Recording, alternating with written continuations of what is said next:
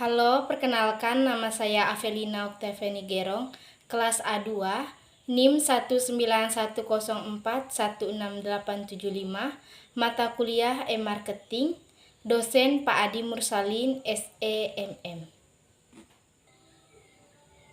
Di video ini saya akan membacakan hasil ringkasan saya, materi tentang bab 1, menerapkan digital dalam pemasaran.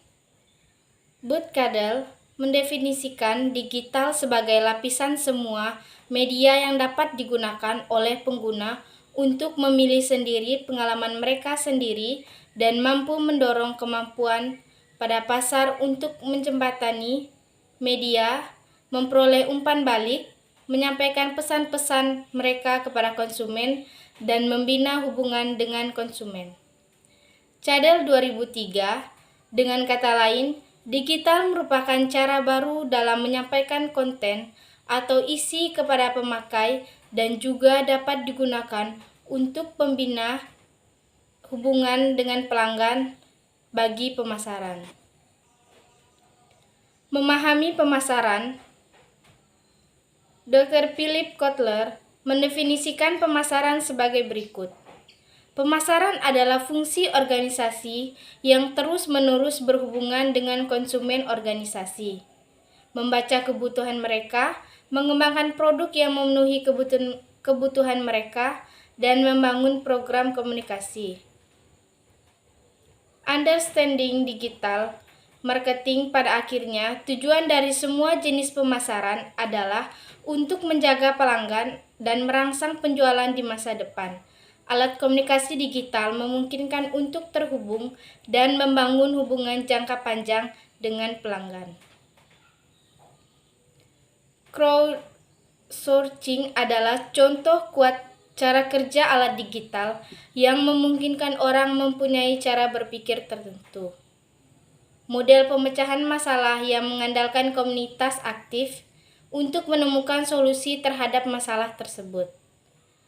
Crowdsourcing adalah sebuah istilah yang sering digunakan untuk menggambarkan suatu proses dalam mendapatkan pekerjaan ataupun pendanaan dari sekelompok orang dalam jumlah banyak melalui fasilitas online.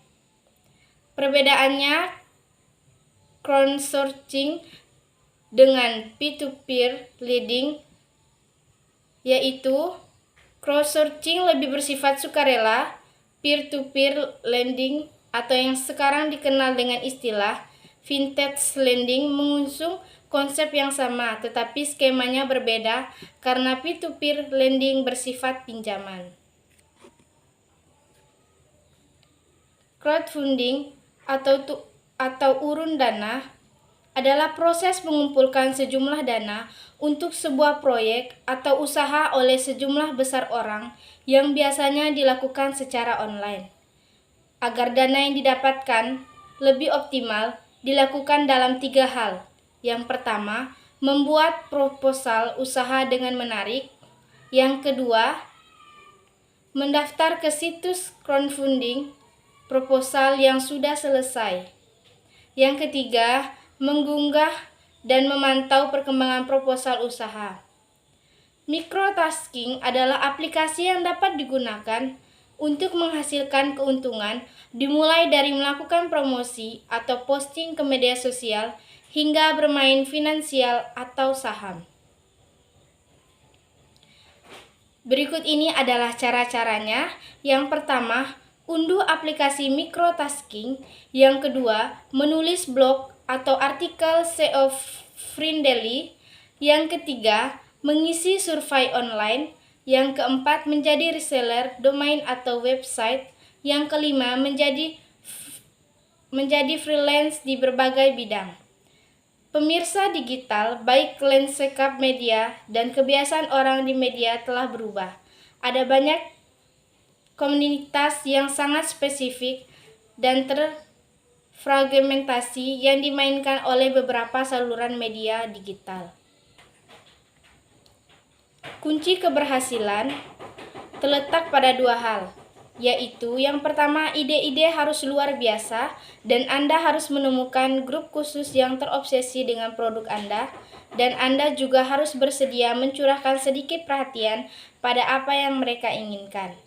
Mereka yang menyukai Anda akan memberitahu teman-teman mereka, dan dengan demikian mereka telah menyebarkan berita yang baik tentang Anda melalui jaringan digital yang saling terhubung. Mengelompokkan dan menyesuaikan pesan. Segmentasi adalah proses mengambil satu dialog umum dan membaginya sesuai dengan pengelompokan atau karakteristik tertentu. Setelah dikelompokkan, masing-masing kelompok dapat ditargetkan secara berbeda, tergantung pada kebutuhan mereka akan merek. Dapat diukur.